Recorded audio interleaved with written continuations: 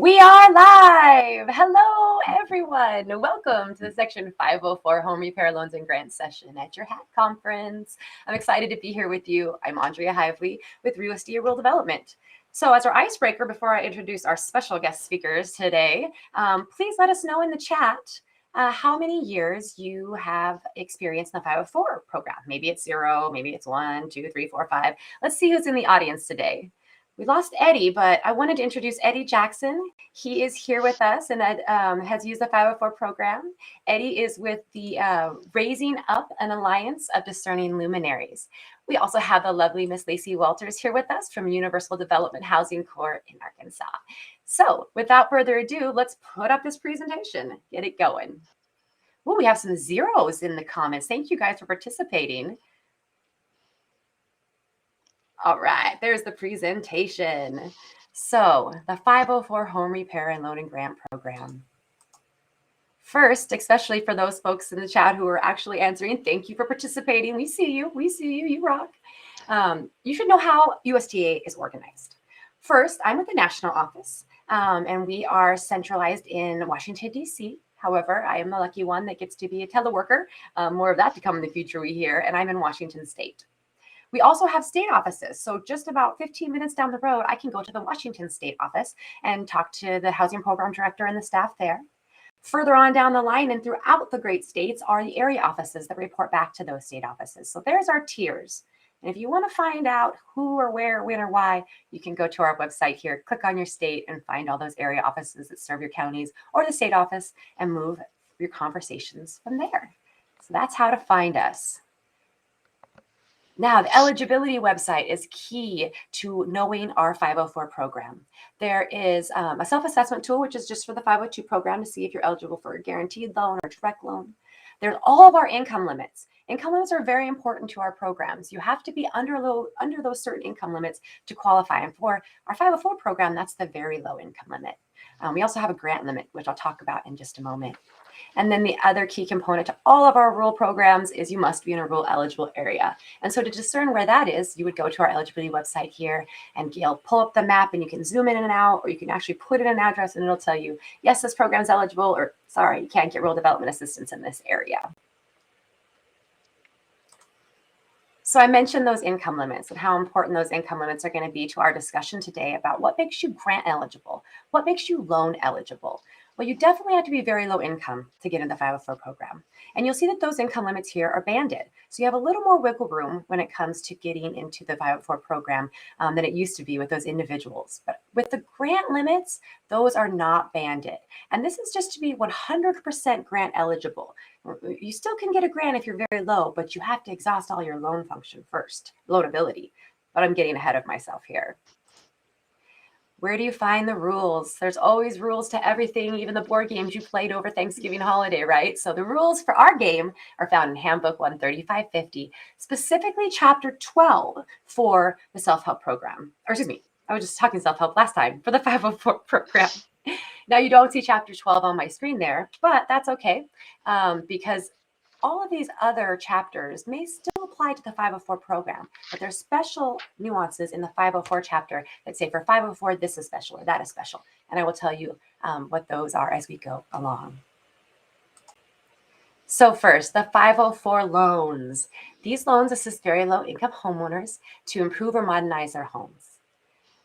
We have to take a security interest in the property if the loan is above $7,500. This is something we've received a lot of feedback on, but this is something in the Housing Act. So it will take an act of Congress for that to be changed. So if we have a loan of $7,500 or 75 or less, so 7,499, then we don't have to take a security lien against the property. That would be a no only. It's a 1% fixed interest rate. None of that subsidy stuff you heard about on the 502 loan side, 1% fixed for 20 years. So if you'd have a $20,000 loan for 20 years at 1%. That payment is less than $93 a month. I wish I had that on some of my loans. In our pilot program states, we actually can go up to $40,000 in loan, and that is, closer to a $200 a month payment. Now, pilot program, I got a lot of questions about this in the last session. Yes, there is only certain states that are in the pilot. However, the plan for the organization is to make this rule permanent, and 40,000 will be the limit for all states, hopefully early in calendar year 2022. So if you're in a state that isn't in the pilot, all it takes is a state office to ask Kathy Glover for an administrative waiver, and we can get you that $40,000 limit. We have plenty of money. Come spend our loan money, please. 504 grants. Only for those 62 years or older. Disability doesn't play a factor here. It is 62 or older. You do have to be very low, but we'll talk a little bit about how the grant limit plays in here in the coming slides. Right now, the maximum grant limit is $7,500. However, like I said on the loan side, there is a pilot, and that takes the grant maximum lifetime assistance up to $10,000. Like I said, all it takes is a waiver for you non-pilot states. Plenty of grant money to spend too, so please come help us spend it. Now, the purpose here has to be to remove a safety or health hazard, or to make the house accessible for a person with a disability. So a little more restricted there than the loan dollars, which can, replace cabinets if you so desire. Now, I promise you, I'm not going to bore you with all of these government regulations. I'm going to put in the fun stuff too. And so for the fun stuff, the stuff that really matters, I turn it over to Lacey Walters from Universal Housing Development Corporation. Lacey. Hi, everybody. Can you hear me okay? Awesome. So, like Andrea said, my name is Lacey. I'm with UHDC in Russellville, Arkansas. We are a nonprofit organization that's been providing housing related services since 1971, so just a little bit before my time. We're a HUD approved housing counseling agency and a chartered member of NeighborWorks America. Our motto is helping people, building dreams. We've been using 504 for our self help rehab clients since 2012 and also operated a housing preservation grant program since '02. If you're not yet familiar with the USDA self help rehab program, USDA Rural Development provides grants to qualified organizations to help them carry out local self help home rehab projects. Recipients, supervise extremely low and very low income individuals or families in rural areas as they repair their own homes. The homeowners provide most of the labor on their homes with technical assistance from the organization like us that's overseeing the entire project. So, if the homeowners are physically able to do some of the work, or maybe they have friends or family that will volunteer to help on their behalf, they'll use what's called the self help method. The work is prioritized according to severity and the requirements of the 504 program. The majority of the projects we have are health and safety, although we do have some that are more on that cosmetic improvement side of things, which, like Andrew was saying, that would use the 504 loans rather than the grants. But we have both, just the majority, I would say, is health and safety. So we have a construction supervisor to help the clients know what to do and exactly how to do it. So once they get started, we monitor their progress and make sure that all of the work is done safely and it's done correctly, just providing guidance through the whole process for that homeowner. Of course, some jobs are going to require licensed professional contractors, plumbers, electricians, that kind of thing. Um, but even under what would be called the contractor method versus the self-help method, the homeowners can still save on the cost by taking over chores that maybe the contractor would normally pay an employee to do, like, job site pickup, the debris from the repairs, maybe post repair painting, everyday kind of tasks like that, just to help save a little bit on the costs. But with either method, the result is a decent, safe, sanitary place to live, free of health and safety hazards. Now, the other USDA program I mentioned, the Housing Preservation Program, or HPG, provides funding directly to our agency to then provide assistance to very low and low income rural residents to remove or correct health and safety hazards or to make repairs to improve the general living conditions of the homeowner. But between our various funding sources, UHDC has facilitated rehab on over 8,000. I think we're reaching 8,500 homes now. Wow.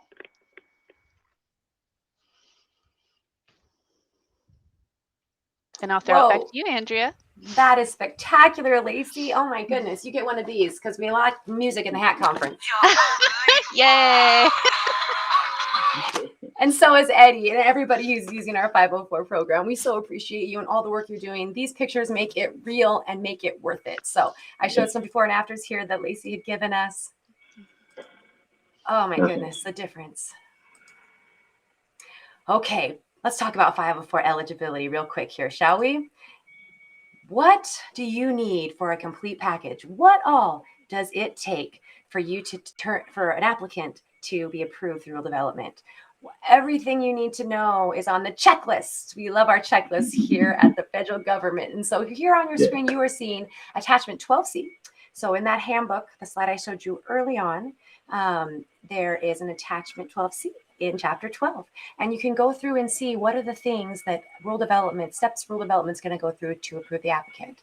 The application, the eligibility as it relates to income and deductions and credit. And we'll talk a little bit about those, of course, and then others. Property eligibility, we're going to talk a lot about that. Some construction sections, underwriting, the closing piece, and then we even have a post-closing section that you guys probably don't have to worry about very much. Oh, I see somebody here has asked us about that eligibility website again, so I will make sure to flip back to that slide so you can record that. But really, it's just www.eligibility.sc.eca, something like that. Hope up quotes. So use that checklist, provide it to applicants. Maybe they want to have it along with the application so that they know what all is going to happen to get to their final 504 approval. I mentioned income. So for both our 502 and our 504 programs, we look at 3 different types of income. And you can go to chapter 4 of our handbook and look at what the definitions are of all 3 of these. But the main thing to know is annual income is everything in the household. You know, when you're applying for a credit out in the general market, you don't have to disclose your child support a lot of the time. It's optional. Not for the federal programs. You have to disclose to us all sources of income. And then you get deductions to that income, and that'll arrive us at the adjusted income. Deductions include $400 per child, disability, if you have medical costs, if you have childcare costs, all of those can kind of go into those deductions and come to that adjusted income. You want that adjusted income to be under the very low to be able to qualify for the 504 program. Now, repayment income can be completely different. This could be sources of income that we use only for repayment and we don't necessarily include in the other calculations or vice versa. Repayment income is really more of a factor when it comes to the 502 program. Hi, Donna Golden from Habitat for Humanity. Thanks for joining the session. Oh, thanks, David. Appreciate your compliment over there. Try to bring that energy for you guys. I love the hack. If you go into the town hall gathering, there's like 5 or 10 hacksters in there at all time, and you feel like you're meeting a celebrity. So just walk up to them with your little avatar and give them a ring and say, hello, hackster. Thanks for putting on this great meeting. In front of you right now is a 504 automated worksheet. This is how we bring all the pieces together. All those checklist items, all that income and deduction goes right into this tool. And it is available to you on our website. And coming soon, one of my favorite staffers, Mr. Anthony Williams, I don't know if he's on the call or not, but hello, Anthony, our 504 guru on our team. He has put together a really great tutorial and examples of how to fill this out. And so that video will be available on our website in the coming weeks. So check it out. Know your 504 eligibility underwriting tool so that way you know what folks are eligible for. So let's talk about that. What can you be eligible for? Everybody wants a grant. Everybody just wants the grant, but there are not just automatic grants anymore unless you must be 62 or older and meet one of the following criteria. the income-based grant assistance. So what that would mean is that you are below the grant limit I showed you on the other slide, that limit that's not banded, that limit that's a lot smaller than the very low. If we have an applicant that is 62 years or older and is below that income limit, after you do that adjusted calculation, automatically full grant applicant eligible, automatically. The other way to do it is a lack of repayment ability. So let's say they are above that grant limit, that 30% of area median income. But with the debts they already have, their house payment, what have you, their total debt ratio is above 46%. In that case, you can go straight grant. The last one is you've exhausted all loan potential. So let's say you have somebody who is very low, not grant income limit, but they are at about 42% total debt ratios. So you can give them a loan up to that 46%. Let's say that's $2,000, just for argument's sake. And the rest can be grant. So those are the three factors. Either you're below that grant limit, income grant limit, you have a lack of repayment ability because your total debt ratios are over 46, or you've exhausted all the loan potential and then you can go grant. We do have a $1,000 loan minimum for those that are in this second category here, right up on that 46% category. Some examples of what we just talked about so we can really drive it home. Income-based. This example, the applicant is less than 30% MI. The project cost is $10,000 and their total debt ratio is 30%. Well, because they're under that 30% AMI, they are able to get all grant. Second example, lack of repayment ability. The applicant has more than that grant limit, that 30% AMI. The project cost is $6,000, but their total debt ratio is already 47. So there we go. Instantly, you're all grant eligible. And then the last one, you've exhausted all 504 loan potential.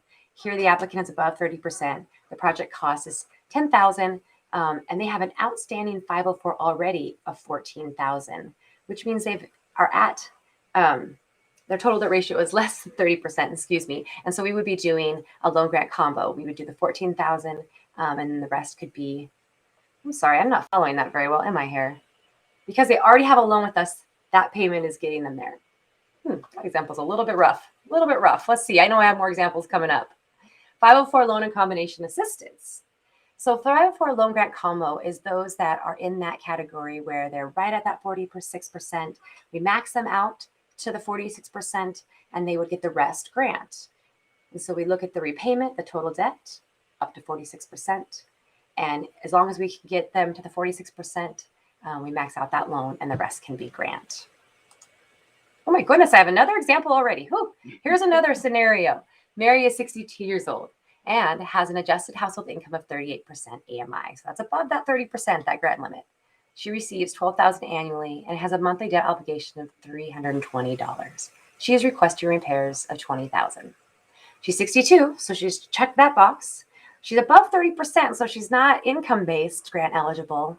Her total debt ratio is only 32%, but to give her a $12,500 loan would get her to that 46%, and then she can get the rest grant. So that example was way better than the last one. Credit. Had a question yesterday or in an earlier session about credit. We do have to look at credit for the 504 loans, but in our chapter 12 of the handbook, it specifically says we can be more lenient on credit. So for our 502 program, we look at a credit score of 640 for streamlining processing. But here in our 504 program, we look at a credit score of 620. So even more flexible.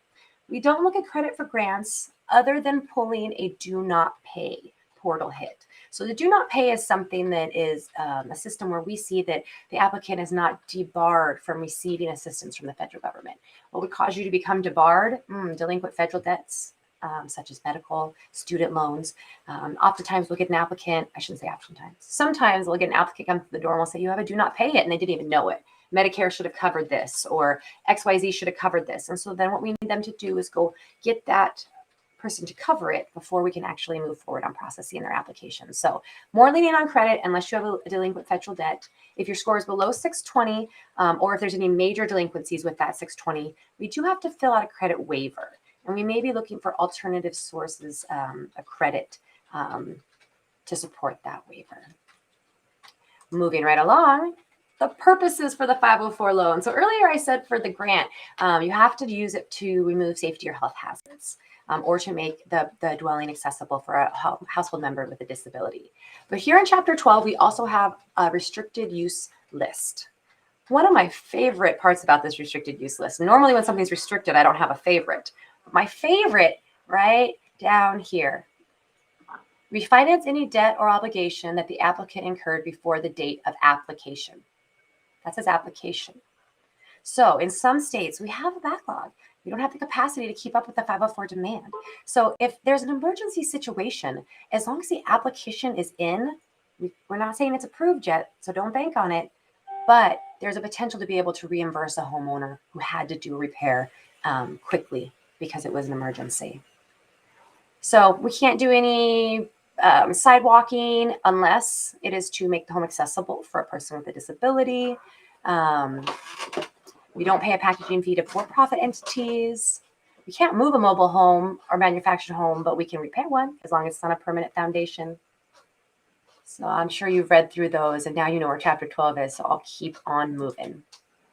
Property conditions. We do have to have the property as owner occupied. We can't be repairing people's summer homes. There are asset limitations to our program. We're helping the very low income folks.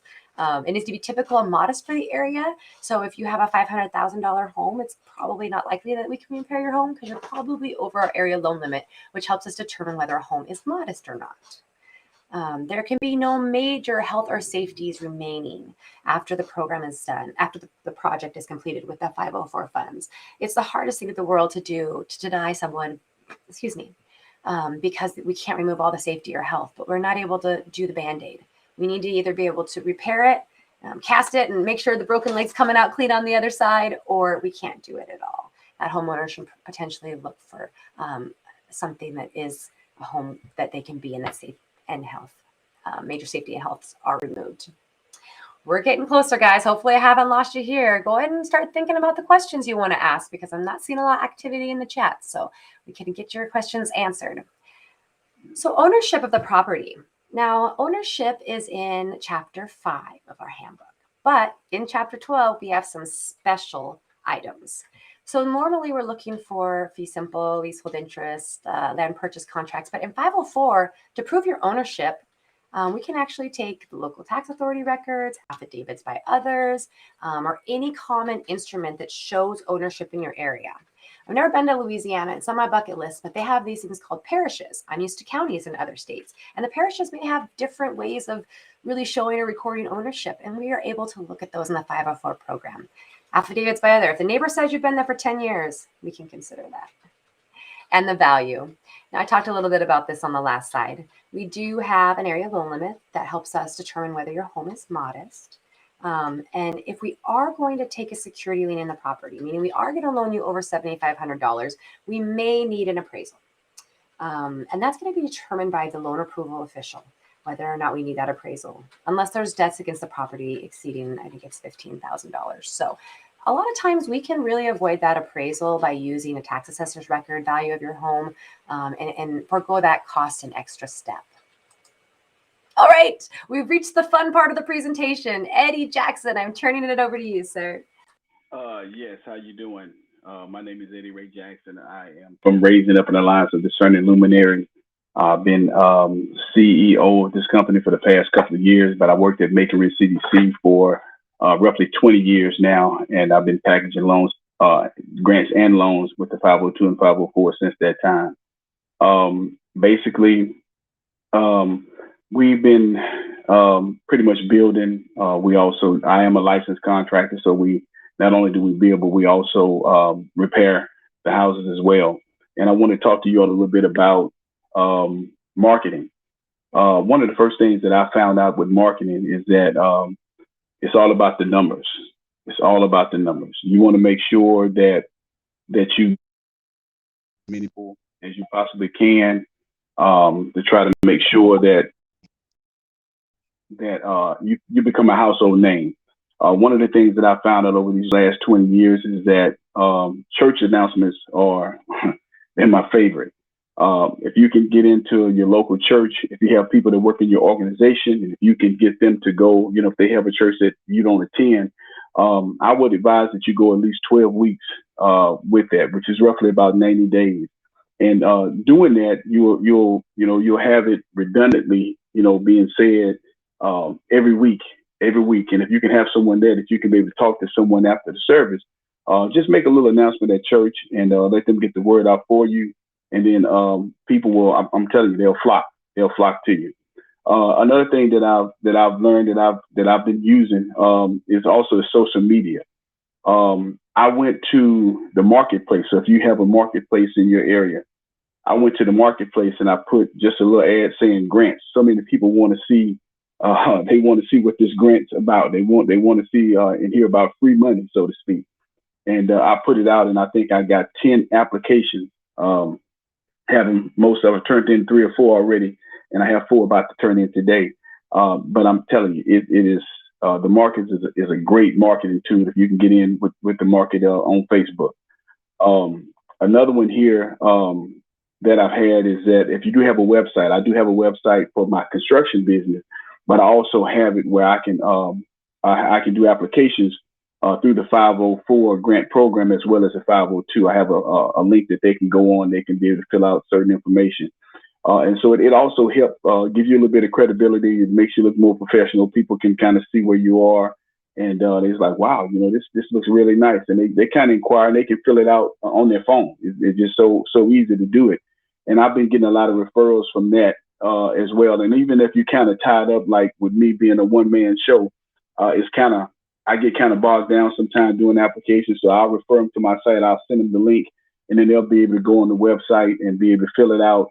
And it'll be emailed to me. Once I get the email, then I can pretty much go ahead and ask them for the other information, and then ask them also for the checklist that they may need. So that's a good tool to use as well. Another one is because you're a 501c3. Again, I want you to keep in your mind it's all about the numbers. It's all about the numbers. Another thing is being a 501c3. You can go to Walmart. You can go to like the local grocery stores, a strip mall that you can put up a tent, you can put up your table, and you can be able to have your flyers and maybe some little brochures about what you're doing with the grant program.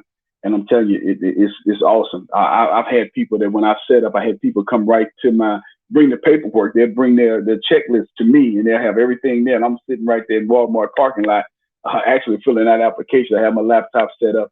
So, that's a great tool. And because you're a 501c3, you don't have to pay anything to set up. One thing that I want to mention that I don't have on there that I thought about too is local festivals.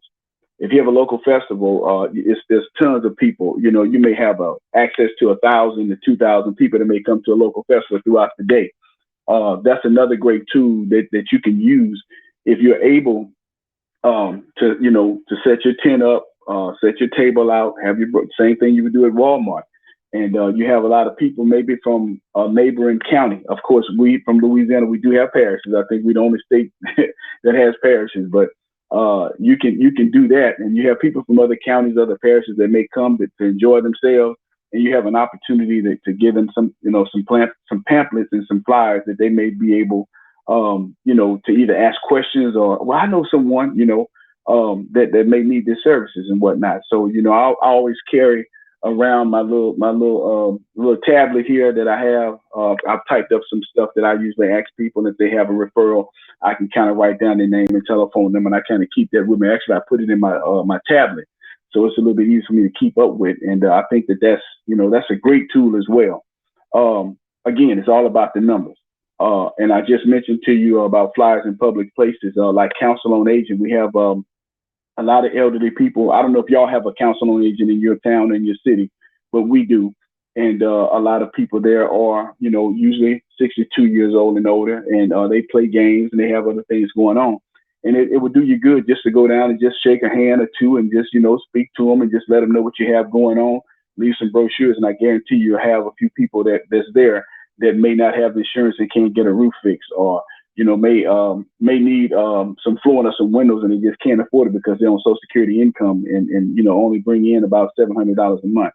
So that's another way that I found that it actually works.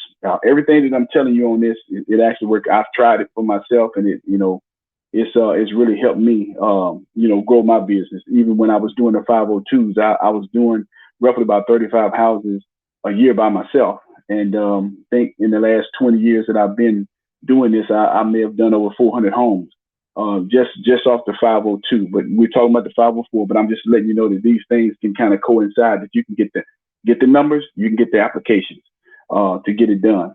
And also yard signs. I have some yard signs here that whenever we're out doing, when we're doing a repair job, we'll put the yard sign out, and it'll be people that'll stop by. They see the work going on, they see you up on the roof, or they'll see, the doors open, they see you got your saw, your table saw out, and you're cutting some wood or whatever. And they, whoa, what y'all doing over here? Well, we got some grants. You see the sign? Well, I saw the sign, and it's been. I'm telling you, it's really been. This has been good for me. This is my livelihood, and so I take it to heart. And like I said earlier, everything that I mentioned to you on this list right here, it works. And again, it's about the numbers. If you in front of 1,000 people a month, or 500 people a month through church, through Walmart, through all these different tools that I've just shown you and told you about, if you get about 1,000 people, you can roughly do about 20% of them, so you can do about 200 houses. And I just can't get, to the point where I had to kind of stagger my applications because I didn't want to, get 40, 50 people at one time, turn in all, get approved, and I can't do them all. So I kind of stagger mine, and put them in the pipeline, and they do come out. Once you put them in, they do come out. But that's what I wanted to talk to you all about today, and just let you know kind of quickly. These are proven tools that I've done, and they actually work for me. But you got to keep in mind, it's all about the numbers. It's all about the numbers. Thank you. Thank you so much, Eddie. I know I speak for all the states when they say we all wish we had an Eddie in our state, because a good contractor is so hard to come by sometimes. They're so busy right now. And so thank you so much for all you've been doing in Louisiana. Yes, ma'am. Thank you. All right. Let's move right along. So we have some questions coming in the chat. So let me quickly answer those. Oh, thank you, Michelle. That's a great question. 504 can be used with acquisition rehab self-help grants, correct? And that is correct. Lacey at the Universal Housing Development Corporation has a self-help 504 acquisition rehab grant, and she layers that with the 504 program and also with our 533 program, the Housing Preservation Grant Program, which I'm going to talk about a little bit next. Can this program be paired with other grants to ensure all health and safety concerns are met? Yes, absolutely. We love to leverage and partner. Sometimes 10 grand in grant funds is not enough to get it all done. And so the more we can bring to the homeowner, the better, I think. Great question. Oh, hi, Michelle. How are you? Michelle in Alaska. Is there a different loan amount max for the 504 pilot states or the states that request the waiver? So when the states request their waivers, they're going to request whatever is needed. So they might not, maybe an applicant only needs 8,000. Then they're going to ask us for a waiver to do 8,000 per the pilot. But they can go all the way up to 10. So if they need 10,000 and they can use that full maximum. So that is the non-pilot states, and the pilot states can all go up to 10,000, but it's based on need. Let's see. Elena says, yes, yard signs. Our NeighborWorks organization uses them to promote our safe and sound rural housing rehab grant program, which can be leveraged with the Section 504 funds. Yes, wait. Elena. Thank you. All right, we got thanks, Eddie. Okay, well, we're only about halfway through our time, so we are doing great. Let me switch over and talk a little bit about the rehab housing preservation grant.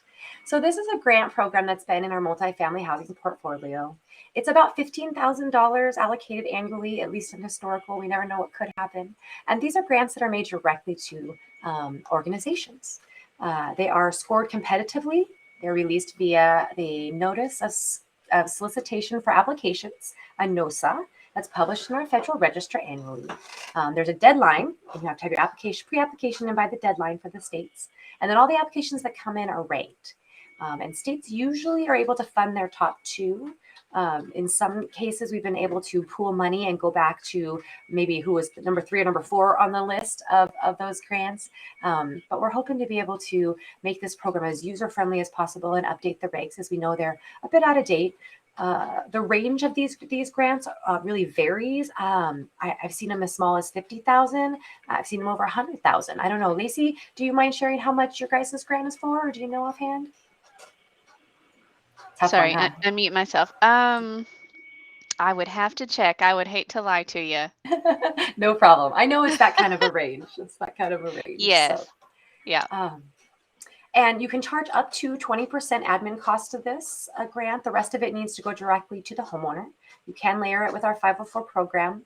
And our 502 program, actually, if you're doing some kind of replacement housing, but you can only go up to 15,000 with this grant. And they have to be unable to qualify for the 502 fully and directly to be able to do this in the 502 side. Housing Preservation Grant Program is also available to multifamily housing units, to repair individual units, and to co-ops, even though it's coming over to the single-family housing side. There's the website here at the very bottom where you can find information about the program and where we will announce the NOSA when it happens, hopefully in spring, but we'll see. Right now, we're waiting to see what Congress will do by Friday, as we are on a continuing resolution. Oops, don't get nauseous. Look away, look away. Back to our eligibility site. So this eligibility site, eligibility.sc.egov. Oh, I was close. .usda.gov. And I don't think you have to put the / eligibility. It'll still take you there. And this is where you can find your income limits and your rule maps. Did you say that HPG can or cannot be layered with 504? It can. Look away again. I'm going to go to the last slide. We're clicking along. Is there a 504 loan and 504 grant difference? What is the difference? Yes. The 504 grant, you have to be 62 years of age or older to receive it. Here's my contact information as we answer some questions. You have to be 62 or older to receive it, and you must be at least very low income. To qualify for all grant assistance, you need to be below the very low, or the grant limit, which I shouldn't have flicked all the way through because now I should talk about that. Here. Instead of flicking all the way through, let's see if I can go to a certain page. Let's go to that income limits again. Keep those questions coming, guys. That one didn't work. I'm going to have to click. Let's see. There. Not working. Sorry. Look away again. Income limits was right here in the beginning. Okay. So to be totally eligible for a grant only, you would have to be below this grant limit, which is 30% AMI. We get our income limits in consultation with HUD annually. So they do change in the spring about every year. And some don't change. Sometimes they stay about the same. So you can be below that grant limit to get all grant. You can be very low income and have a 46% total debt ratio and get all grant.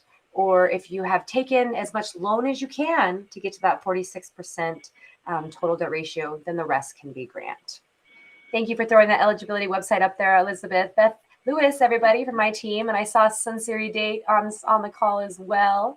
Thanks for being on, Sunny. Let's see. Any other questions coming in? Well, you guys might actually get long enough to get extra coffee on this break. Bathroom break. Okay, let's see. Oh, thank you. Elizabeth is posting some more information about our 504 program in the chat. As David posted earlier, you can get to any of our presentations if you go under the presenters tab, I believe it says, in details. Our presentations will be up there and available for you. I would really encourage you, as I said before, to go into that Gather town hall and start tapping people on the shoulder and say hi. It's really fun. And thank you for participating in the HAT conference. And with that, we will let you go to break. Thank you, Lacey Walters and Eddie Ray Jackson, for being my co-presenters and sharing your fun stories. Yes, thank you. Bye, everyone. Bye-bye.